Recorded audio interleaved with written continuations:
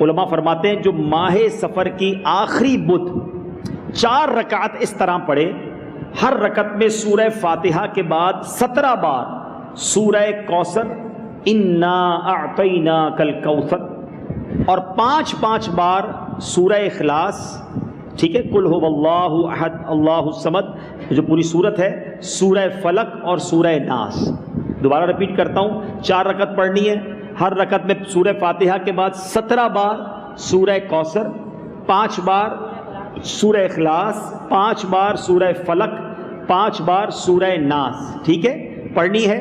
اور سلام کے بعد اس نے یہ دعا پڑھنی ہے، یا شدید القوا یا شدید المحال یا عزیز دللت بعزتک جمیع خلقک اکفنی من جمیع خلقک یا محسن یا مجمل یا مفضل یا منعم یا مکرم یا من لا الہ الا انت برحمتک یا ارحم الراحمین۔ تو اللہ پاک اسے اگلے سال تک بلاؤں سے محفوظ رکھے گا۔